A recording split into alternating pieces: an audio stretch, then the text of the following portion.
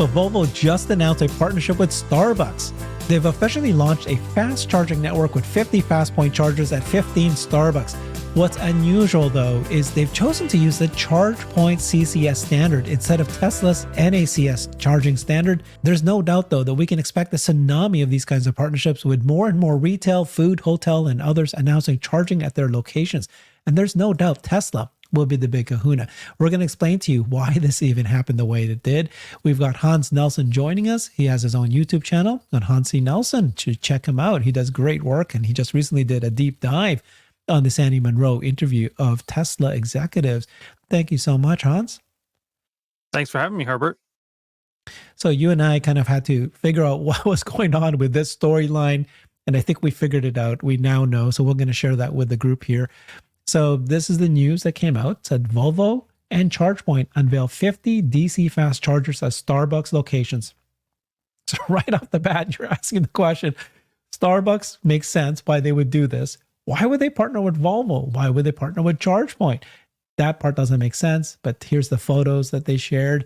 Here's a Starbucks, and now you're going to have your ChargePoint locations there, which is great, right? Makes sense to be able to charge at these locations, retail, hotels, those kind of things. So the announcement is, and then they inaugurated, they actually launched their first charging network at 15 Starbucks stores. This is a pilot. It was originally announced in March, and that's 2022, and that's part of what we discovered, and we'll share that news. They had announced this, and they were planning this before everybody started partnering with Tesla, and before even Volvo partnered with Tesla. So there's going to be 50 of these chargers along Denver to Seattle, and it's going to be branded by both Volvo cars and Starbucks. These chargers are spaced approximately 100 miles apart. Love to hear from you why you think, who's paying for this and so forth.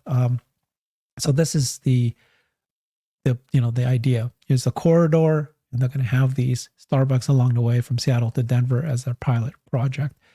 Thoughts on this? Yeah, so the first thing to note is that these ChargePoint chargers are probably using the CCS connector instead of the Tesla NACS connector. And so that's one of the things that, a lot of people have mentioned here on Twitter as this announcement has come out. And going back to what you noticed earlier, that a lot of these plans, it looks like, were made even prior, if the announcement was made in March of 2022, the plans for it were made even before that. And so Tesla hadn't really opened up the NACS standard yet for everyone to use. And like you said, Volvo at that time was not yet announced that they were going to be using the NACS standard. So that's why, at that time, ChargePoint was one of the better options that Volvo could use in order to do this. So as far as, okay, so why Starbucks and why Volvo? And then those two things are interesting. What makes sense there? My guess is that Starbucks wanted to do this and they figured, hey, we've got a big brand and we can actually do a branding deal and we can actually have another company help to pay for installing this infrastructure at our locations because it's not cheap. Obviously Starbucks is a big company. They have money. They could do it by themselves if they wanted to. But if you can just say, hey, Volvo, let's do a branding deal where obviously this is at a Starbucks location and we're going to get our Starbucks name on it. And we're going to provide the land that this is going to happen on. Obviously we have the traffic that is going to bring in the people that are going to be using this infrastructure. Hey, Volvo, if you will pay for actually installing the charger itself in that location, we'll let you put your name on the charger with ours. And so then it's just a marketing thing that it's Volvo's name and Starbucks' logo. And that's probably, in my guess, how the overall deal is structured between them. And then, it could be even that if Volvo is paying to put the ChargePoint infrastructure there, that Volvo is actually getting some of the revenue from the charging that's happening there. Hard to say on that end of things. Obviously, there's a lot of creative deal structures that can go on there. Yeah, it just doesn't seem right for Starbucks. Can you imagine Volvo, such a small little, slice, and then ChargePoint, which, they better have established that many of these they're all going to be effective, right? Because I think we've heard the stat that 50% of ChargePoint's chargers don't work when you arrive there. Yeah. But yes. Well, yeah. And it, that in and of itself, I wonder how much, because even though Volvo is a small company, of the OEMs, they have been one of the companies who's been thinking about EVs a little bit ahead of a lot of the other ones.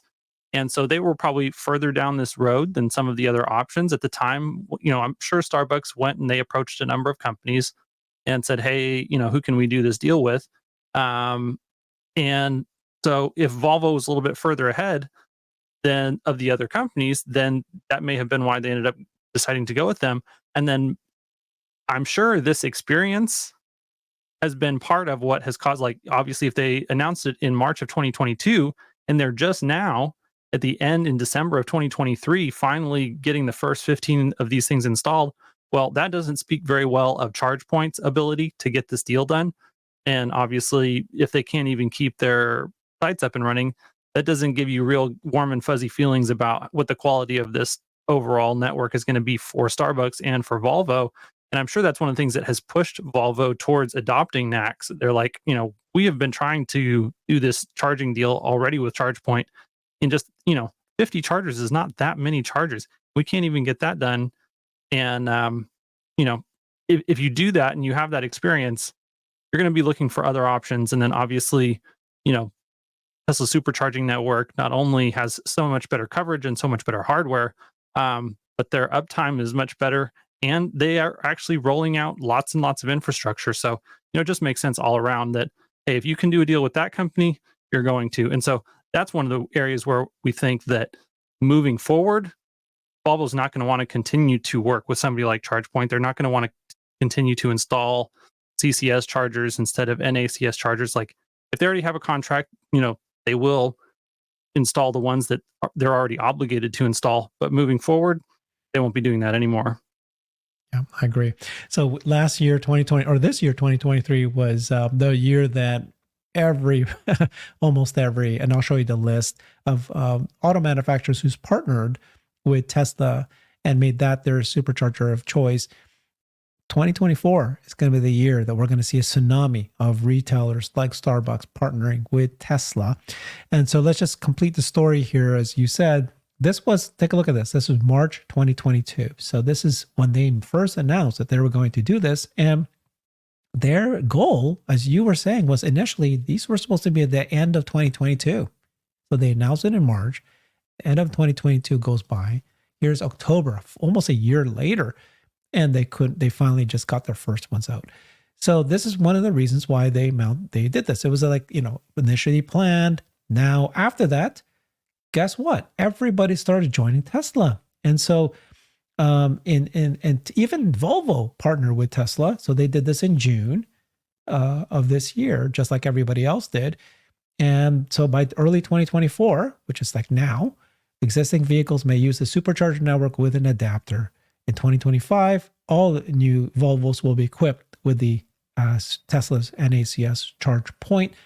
So as of October of this year, that's a month, 2 months ago, I don't know if this is the latest. Here's the list of everybody who's partnered with Tesla. Okay. And here's the list of those who has not yet. But I mean, just look at the list of those who have. I mean, this is pretty well of electric vehicle makers. This is the group, right? We're going to do very well. I mean, even GM is there, right? So Rivian, Polestar, the pure electric vehicles. So everybody needs to do it. So who are you going to partner with? Starbucks? Well, You're definitely going to be partnering with Tesla. So to what extent are you excited about next year? I think it's going to be great. It'll be good for EV adoption in general to have more options for charging. And then, we saw, I think, recently a Shell station over in Britain that didn't even have a single gas pump. It was just pure EV charging and then a little convenience store attached to it. And so I think these types of things, they're just the early signs of what we'll see. And, it would just be awesome. One of the nice things about the EV charging infrastructure that I'm sure we've talked about is just that you can put it anywhere. You don't have to have a gas station area where, you have to have large tanks to store the gasoline. It limits the ability of a location. Like, you can't just put a gas station on the side of whatever store that you have. You have to have a separate area for that to happen. And takes quite a bit of land. Whereas, these Starbucks, they can go ahead and put in one of these or two or three of these little charging stations basically anywhere they have just a couple of parking spots. And so we'll see that, like, you'll be able to charge at the grocery store, at the hotel, any of the places that you have to run errands and spend some time during the day. Like your hair salon could have an EV charging stall where you go to get your hair done, all these types of things. And so one of the other things that allows, though, is it allows those businesses to attract customers there, by being kind of ahead of the curve. And obviously, people who are adopting electric vehicles are typically a little bit higher on the end of the income spectrum. And so you're attracting buyers that have a little bit more money. And so it kind of is a virtuous cycle that helps in a number of different ways. And now that, Tesla is ramping up their ability to install more and more charging infrastructure, and they're laying the groundwork to do all these deals so that anyone can use their hardware branded any way they want, handle all of the complexities of doing not only the provision of electricity to the vehicles, but also handling all of the point of sale, collecting of the money for that, and having ways to do that inside of someone's app natively. So, like, for Ford to be able to actually handle that with their own app versus having to go through Tesla, like doing all these things ends up making it's very complicated on the back end, but it makes for a very easy, seamless experience for the user on the front end, and easy for whatever business owner it is, set up in a way that suits their specific needs, so that this technology can just end up being everywhere and you won't even really think about it eventually. What I'm excited about is, with the Tesla's partnership, supercharger partnership with all the car manufacturers, that was a big deal. And that was great. It established Tesla, the supercharger NACS, as the standard.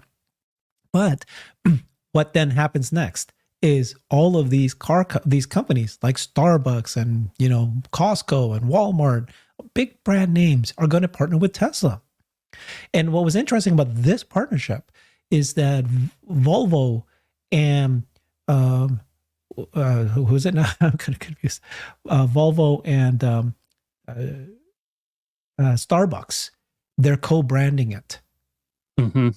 So as opposed to the deals we've been hearing to happen a couple months ago, where these, British Petroleum has $100 million partnership with Tesla, but they're going to brand it British Petroleum. And then another company did that, another oil and gas company in Europe, they're going to brand it their brand. Because Tesla doesn't care, right? They really just want to get somebody's paying them to roll out the supercharger network, and they're shouldering the cost. In this case, though, can you imagine Tesla's brand next to Starbucks, next to Walmart and Costco and all these big giant names? It's going to be great for Tesla, and I'm looking forward to next year. There's going to be a tsunami. I will just trust me. There will be many more of these partnerships announced. They're working on it. Absolutely. Awesome. Thank you so much, Hans. Follow him on his YouTube channel, Hans C. Nelson. Appreciate this. I've created a website that is the most comprehensive resource for the Tesla investor. Please check it out. Simply go to my website at herbertong.com.